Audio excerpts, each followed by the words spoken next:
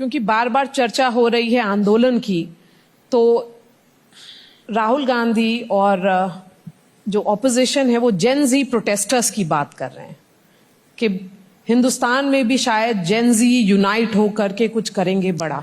देखो, जिनको नेपाल से इतना प्रेम है वो जाके नेपाल में रहे, रोज नेपाल की बात करते हैं। अरे भाई, भारत कहाँ है और नेपाल कहाँ है?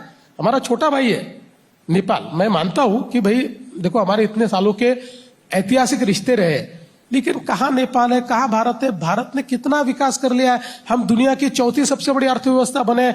आज हमारे युवाओं के लिए प्रोटेस्ट के लिए समय नहीं है। हमारे युवा आज स्टार्टअप इकोसिस्टम में काम कर रहे हैं, हमारे युवा एआई में आज काम कर रहे हैं, हमारे युवा बेस्ट ऑफ द इंजीनियर्स है, हमारे युवा बायोटेक्नोलॉजी में काम कर रहे हैं। हमारे युवाओं ने दुनिया को व्यापित कर लिया है। सिलिकॉन वैली चले जाइए तो हमारे युवा है। तो मैं ये मानता हूं कि हमारी जेनजी जो है ना, इसका विचार ही अलग है। हमारी जेनजी ये कोई नेपाल की तरह कोई मतलब विचार करके काम करने वाली जेनजी नहीं है।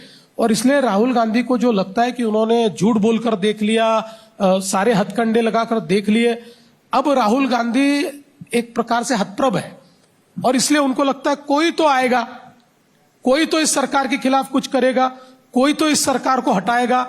तो अब उनको ऐसा लगता है कि जेनजी को मैं अपील करूंगा, लेकिन जेनजी के लिए, इस भारत के जेनजी के लिए राहुल गांधी की अहमियत क्या है, ये मैं नेशनल टीवी पे नहीं बोलना चाहता। लेकिन जेनजी दो प्रकार के हैं और महाराष्ट्र में हम देख रहे हैं कि दो प्रकार के जेनजी दिखाई देते हैं। एक जेनजी जिनकी तस्वीर दिखाई हमने, उनके समर्थक जो आए थे, यहां पर मुंबई में आए थे, और जिस तरीके की तस्वीरें हमने उस वक्त देखी थी, हाईकोर्ट को इंटरवीन करना पड़ा, उनको कहना पड़ा उसके बारे में।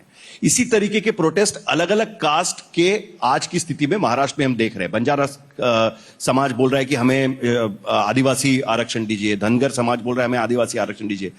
तो ये जिसे कहते हैं ना, पैंडोराज बॉक्स खुल गया एक तरीके से। एक आपने प्रॉब्लम सॉल्व किया, उसके बाद दूसरा इशू यहां पर खड़ा हो रहा है। इसे आप किस तरीके से देखते हैं? और बड़ी इंटरेस्टिंग सी बात है कि हाल ही में उत्तर प्रदेश सरकार ने फैसला लिया है कि कास्ट बेस्ड रैलीज और पॉलिटिकल एजिटेशंस पर पाबंदी लगा दी है उन्होंने। क्या आपको लगता है कि महाराष्ट्र में ये स्थिति आ गई है आज की स्थिति में, या इसे अलग तरीके से देखा? मैं नहीं मानता कि ऐसी कोई पाबंदी लगाने की आवश्यकता है। देखिए, क्या होता है कि अलग अलग समाज जो होते हैं, समाज अपनी आइडेंटिटी ढूंढते हैं। एक आइडेंटिटी का पॉलिटिक्स होता है। हमारे समाज को कितनी अहमियत मिलती है, ये एक विषय होता है। किसी एक समाज के बारे में आप जब फैसला करते हो तो अन्य समाजों को भी ये लगता है कि भाई, क्या सरकार हमारे लिए भी इतनी सीरियस है, क्या हमको भी इतनी तवज्जो दी जा रही है? तो ये कोई भी इसमें से मांग आज आई हुई नहीं है। ये 30 सालों से, 40 सालों से, 50 सालों से मांगे चल रही है। इसमें कुछ जगह पर कॉन्स्टिट्यूशनल प्रॉब्लम्स है, कुछ जगह पर लीगल उसमें इम्पेडिमेंट्स है। लेकिन चूंकि समाज की एक मानसिकता होती है, समाज की कुछ आवश्यकताएं होती है और समाज की कुछ मांगे होती है, तो मैं ऐसा मानता हूं कि उसको एड्रेस किया जाना चाहिए और मैं हमेशा प्रयास करता हूं कि इसको मैं एड्रेस करूं।